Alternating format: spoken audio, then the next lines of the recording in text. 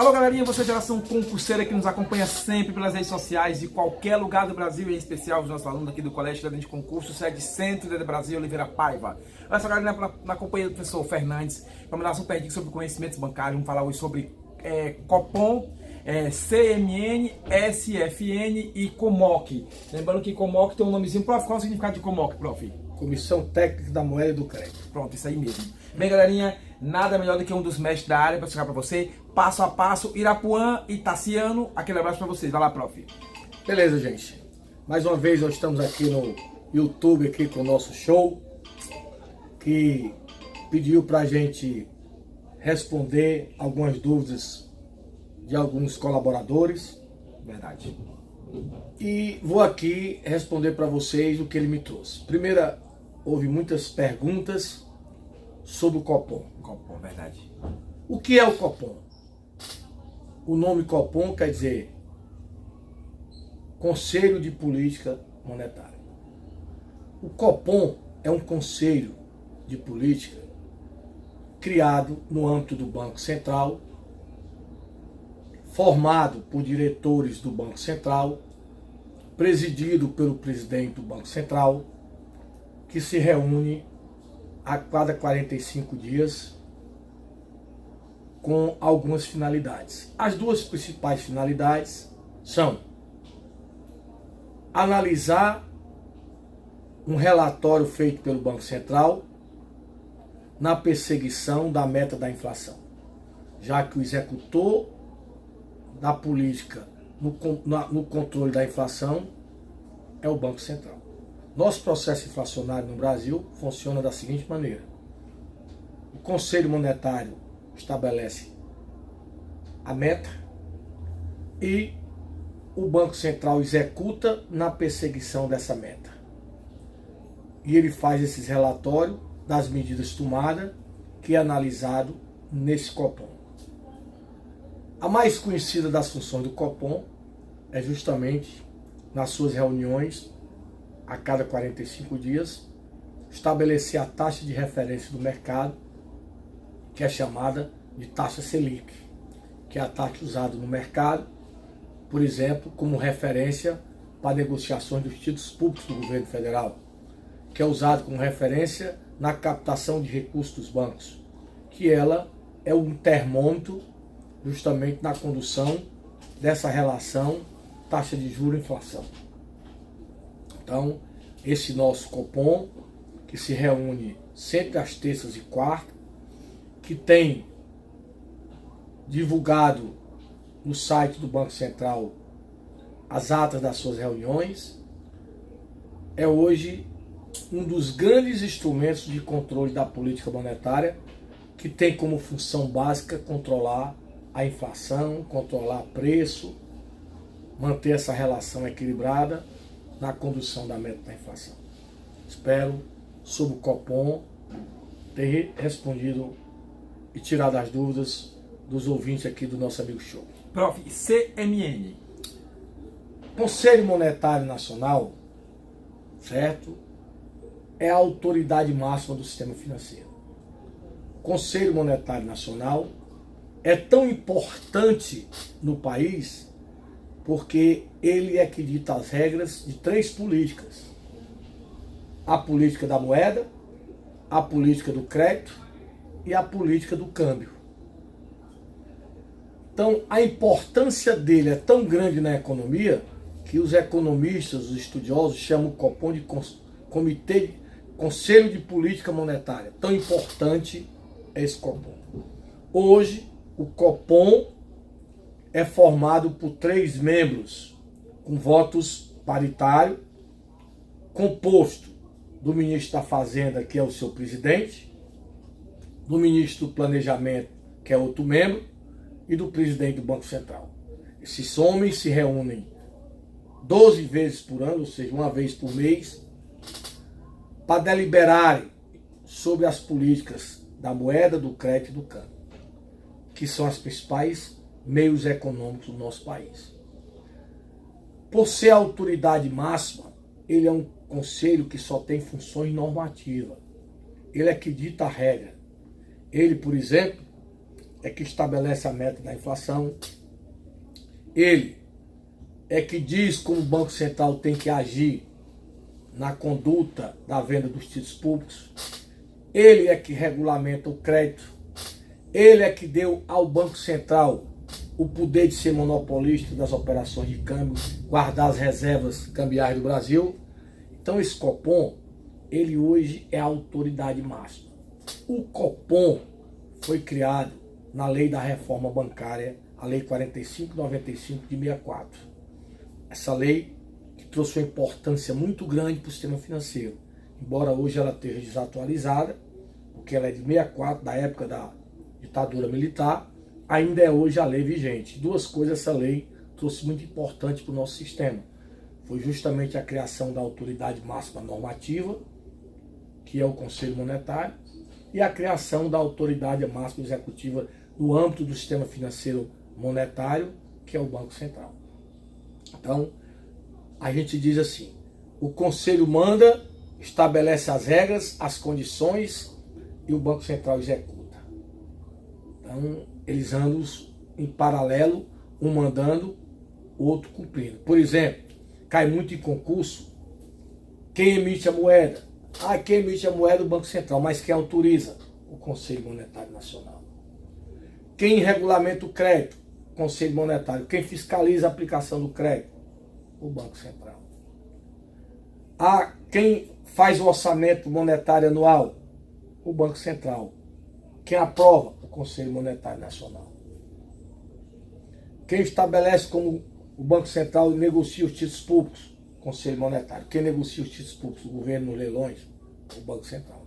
Então a gente até quando estuda o Banco Central, a gente diz muito assim, a principal função do Banco Central é cumprir e fazer cumprir as deliberações do Conselho Monetário Nacional.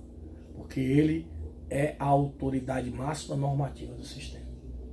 Tá? Então acredito também que com essas informações eu devo ter suprido o conhecimento que vocês precisavam para tirar dúvidas sobre o Conselho Monetário Nacional. SFN, professor. O sistema financeiro nacional é o todo. Né? O sistema financeiro, quando a gente define o sistema financeiro, a gente até diz assim, eu monto muito na nossa sala de aula uma relação que diz assim, o que é o sistema financeiro? É um conjunto de instituições, autoridades, que tem como função básica uma relação que é principal no sistema financeiro. Captar recursos do poupador, intermediar por uma instituição financeira e aplicar no crédito. Então essa relação, esse conjunto tudo, de quem opera ali dentro, quem está ali dentro regulamentando como autoridade, quem está fazendo cumprir, junto tudo isso ao mercado chamado mercado de capitais, que é o mercado que envolve ações, os valores imobiliários, a CVM, junto o mercado de capitalização, previdência e seguro, eu junto tudo isso num pacote e digo que isso é o sistema financeiro nacional. Ou seja, o sistema que opera crédito, captação, previdência, seguro, mercado de valores imobiliários, regulamentado pelo governo através das autoridades, fiscalizado, controlado através das autoridades executivas e fiscalizadoras. Esse conjunto de todas essas normas, essas regras, esses operadores, esses intermediários, esses agentes, compõem o nosso sistema financeiro nacional. E o COMOC, prof? COMOC hoje não existe mais. Mas você acha que pode ser cobrado em prova? Talvez dentro da história do Banco Central, sim. Porque o que foi que aconteceu? O Banco Central foi criado em 1964, na mesma lei que criou o Conselho Monetário, a Lei 45/95. Antes da criação do Banco Central, quem mandava no sistema financeiro era o Ministério da Fazenda. Como até hoje o Banco Central é vinculado a ele. Mas não existia uma autoridade especial. Então criaram uma superintendência técnica da moeda e do crédito, no âmbito do Ministério da Fazenda, para ser a autoridade do mercado financeiro, do mercado das instituições financeiras.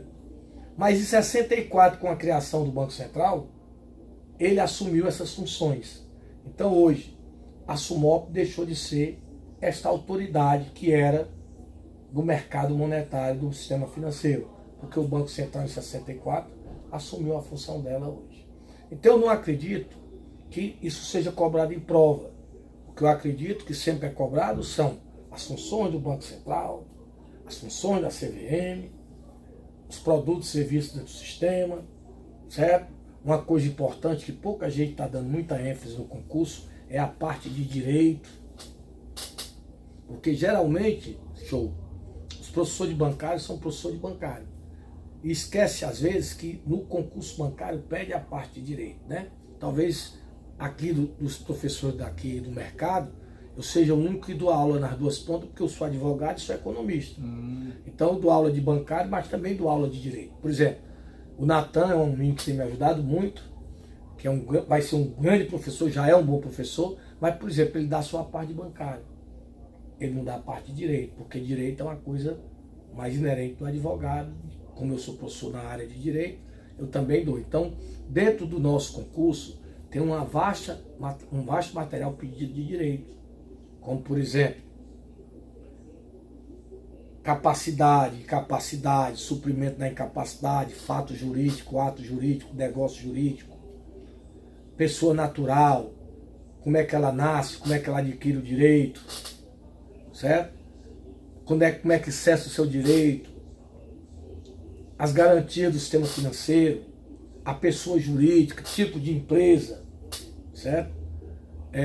A parte de contratos, o que é um contrato, validade do contrato. Então toda essa parte de direito, você não pode esquecer de dar uma ênfase também sobre isso. Por quê? Porque o nosso edital é muito grande. E dizem aí os estudiosos que entre 55 e 65 questões das 120 vai ser bancário e atualidade bancária. E dentro do bancário está a parte de direito.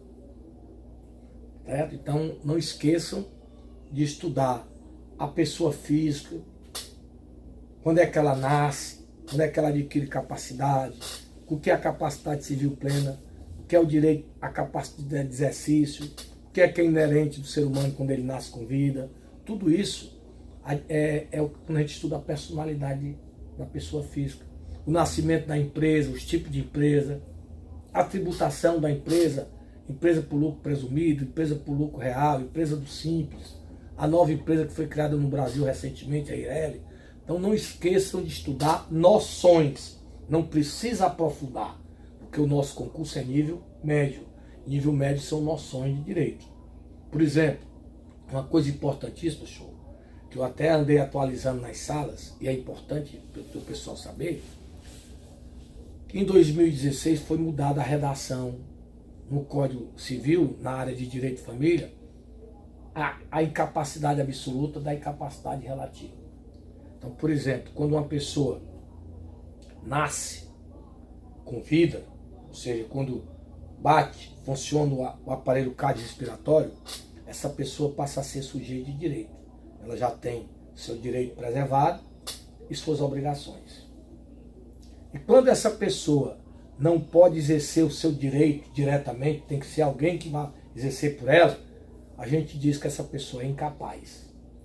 E a incapacidade ela pode ser absoluta ou relativa. E até a nova redação do Código Civil, que entrou em vigência agora, em 2016, 2017, com as alterações, dizia que a pessoa absolutamente incapaz era várias pessoas. E hoje é só o menor de 16 anos. Antigamente dizia, aqueles que por causa temporária estavam incapazes, aqueles que tinham restrições, por exemplo, né? Então, isso tudo morreu.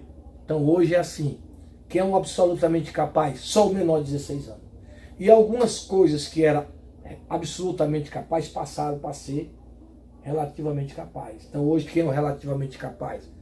O maior de 16, menor de 18, os alcoólicos, que é chamado de ébrios, e os viciados em drogas. E veio para cá uma coisa que era do absolutamente capaz. Aqueles que por causa transitória não podem exprimir sua vontade, não tem discernimento naquele momento, que antes ele era absolutamente capaz, passou a ser relativamente capaz. E os pródigos são aquelas pessoas descontroladas financeiramente. Então houve essa alteração que é importante, por exemplo, eu estou corrigindo isso na sala de aula porque na minha própria apostila está com esse erro que eu estou corrigindo. Então é importante, uma coisa interessante. Outra coisa que eu vou dizer aqui para os seus colaboradores, seus ouvintes, que o pessoal tem muito perguntado: professor, o que é que o senhor acha que vai cair de atualidade bancária? Atualidade é uma coisa muito ampla. E uma coisa que tem me chamado a atenção, e eu sempre tenho dito na sala de aula, eu acredito muito que dentro da atualidade vai cair uma questão sobre o novo meio de pagamento brasileiro. De que novo meio é esse, professor? Até pouco tempo atrás, se você tinha um título a pagar em um banco, você só conseguia pagar naquele banco até a data do vencimento. Se após o vencimento esse título fosse ser pago, ele só podia ser pago naquele banco que o emitiu. Então, se você não cumprisse o pagamento até a data do vencimento, você podia pagar em qualquer banco. Mas após a data do vencimento, você só podia pagar no banco que emitiu o título. Houve uma mudança grande no nosso sistema em função disso. Então hoje, mesmo o título vencido, ele pode ser pago em qualquer banco. Foi uma grande mudança atual no sistema de pagamento, no sistema de recebimento bancário. Isso permitiu uma flexibilização no recebimento de títulos para dar mais liquidez ao sistema. Então o Brasil tem sempre inovado, como foi a criação do TED, foi a criação dessa situação. Então eu acredito muito que caia uma questão sobre isso dentro de atualidades. Para poder finalizar aqui também, eu quero perguntar para o senhor uma pergunta pessoal minha também, de vários alunos também, pessoas também que são, como é que pode dizer, usuários do banco. Mito ou verdade? Existe um tempo limite para atendimento em filas de banco, prof? Existe isso? É mito ou é só mentiras? Não, é verdade. Verdade mesmo? Só que isso é uma lei municipal. Sim. O banco tem um limite de tempo a atender. Os bancos não cumprem isso. Pra você ter uma ideia, hoje ainda tem banco que trabalha com senha e fila, certo? Mas as pessoas muitas vezes não sabem usar o seu direito e registrar aquilo para ir reclamar, por exemplo, no PROCON, no DECON, porque se o banco não cumpre, ele é para ser multado. Tem um limite X para sentir, tipo, pessoa, 15 minutos, meia hora? Eu não estou bem lembrado o tempo, mas se eu não me engano está entre 15 minutos e meia hora, mais ou menos por aí. Pois últimos eu fui no banco, eu passei quase 2 horas. Pois é. Então, o que é que a gente recomenda? Não tem lá hora? Ótimo. Existe a hora de atendimento, e reclama no PROCON, reclama no DECON, porque isso é muito pouco cumprido no sistema bancário. Vamos saber disso, porque eu vou à tarde me brigar agora. Querem saber. Profezinho, estamos aí já quase aproximando da data da prova. É uma matéria muito, tipo assim, é um concurso que vai ser muito concorrido, não é isso, prof? Ou seja, são muitos sonhos para poucas vagas, mas aquela história que vence o melhor, porque aos que vão chegar até o dia da prova já são vencedores. Até parabenizamos a todos que estão também conosco, os que também nos acompanham pelo online. Inclusive, se eu gravo a passar tem gravando hoje nosso online. Prof, o que você poderia falar para essa galera que vai ver essa prova já esse domingo, no próximo domingo? Tipo, dicas de uma pessoa que tem experiência, tipo como levar o material apropriado, verificar a data de horário, data de saída de casa, controle emocional, documentação, não perder tempo, enfim. Prof, existe algum tópico importante, que você já falou vários tópicos aqui, que você poderia falar, só tipo, olha, estuda A, B e C, que você poderia poder finalizar? Bem, o pessoal tem me perguntado muito nas salas de aula, tá todo mundo naquela fase do não sei o que é que eu faço. Nervoso. Porque é muito pouco tempo, praticamente 2 meses e meio sai o edital, para você, por exemplo, estudar um programa de bancário que é longo demais. Então a gama de informação dada ao aluno é uma carga violentíssima. E esse estilo de prova da CESP, ele é um estilo cruel pelo um lado e bom pelo outro. Cruel por quê? Porque não tem meio termo. Ou você sabe, ou você não sabe. Porque cada questão errada você perde uma certa. Então, quando você vai, por exemplo, com uma questão com dúvida, você fica naquela, será que eu marco? Será que eu arrisco? Ou será que eu não marco? E às vezes é uma dúvida relativamente até fácil. Então, nesse tipo de prova, ou sabe ou não sabe. Então não se apavore com o número de gente inscrita, porque tem muita gente inscrita que não está estudando.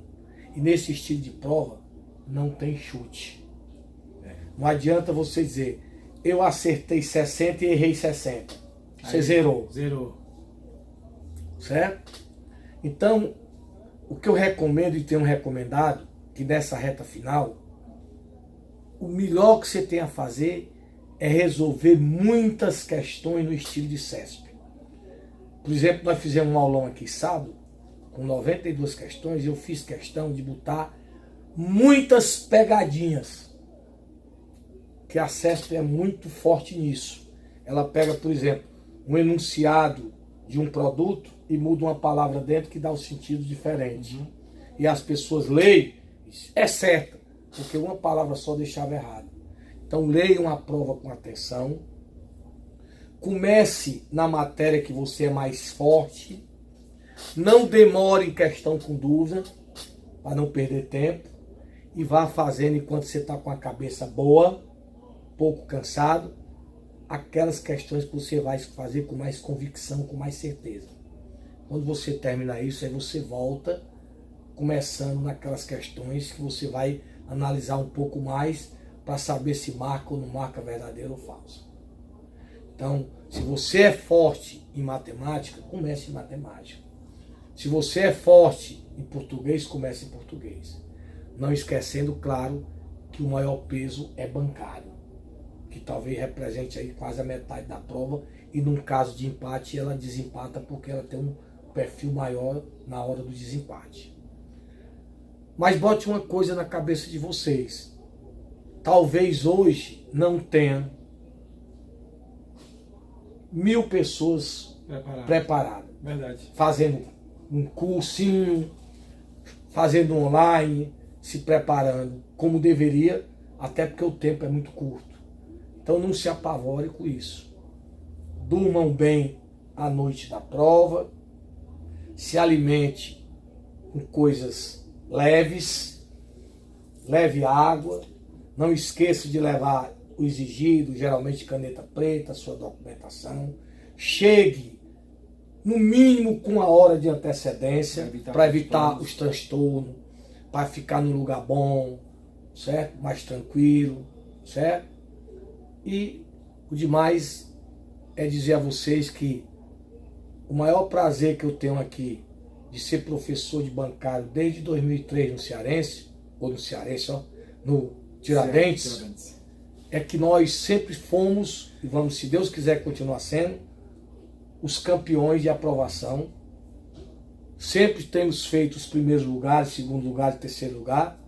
E o maior prazer que eu tenho como professor de bancário é quando eu chego na Caixa Econômica, no Banco do Nordeste, no Banco do Brasil, e me encontro com um aluno e diz assim: professor, eu estou aqui graças ao senhor. Eu acho que isso é o que paga muito mais a gente do que a remuneração que a gente recebe por ser professor. Muito então, bem. Espero que vocês tenham sucesso. Após a prova, estou à disposição de vocês para tirar dúvidas. Alguma questão que poderá, por exemplo, sofrer recursos, né? A gente sempre está à disposição de vocês. E o demais, sucesso para todos. Olha essa galera, depois desse grande bate-papo com o professor Fernandes aí, mandando ver legislação de conhecimento bancário aí. Lembrando a todos vocês, qualquer crítica, sugestões ou dúvidas, entre em contato conosco. Meu WhatsApp é 085-99600-3611. Entre na fanpage também do Colégio Tiradentes Concurso, também tem um online também. Inclusive o professor Fernandes também está gravando lá, www.tiradentesonline.com.br. E não esqueça, galerinha, Geração Concurseiro, professor Fernandes, Colégio Tiradentes Concurso. Alô, galerinha, antenados 24 horas. Vem Tiradentes, grandes conquistas começam aqui. Obrigado, amado mestre, aquele abração a todos vocês que nos acompanham sempre de qualquer lugar do Brasil. Valeu, tchau, tchau. Abraço.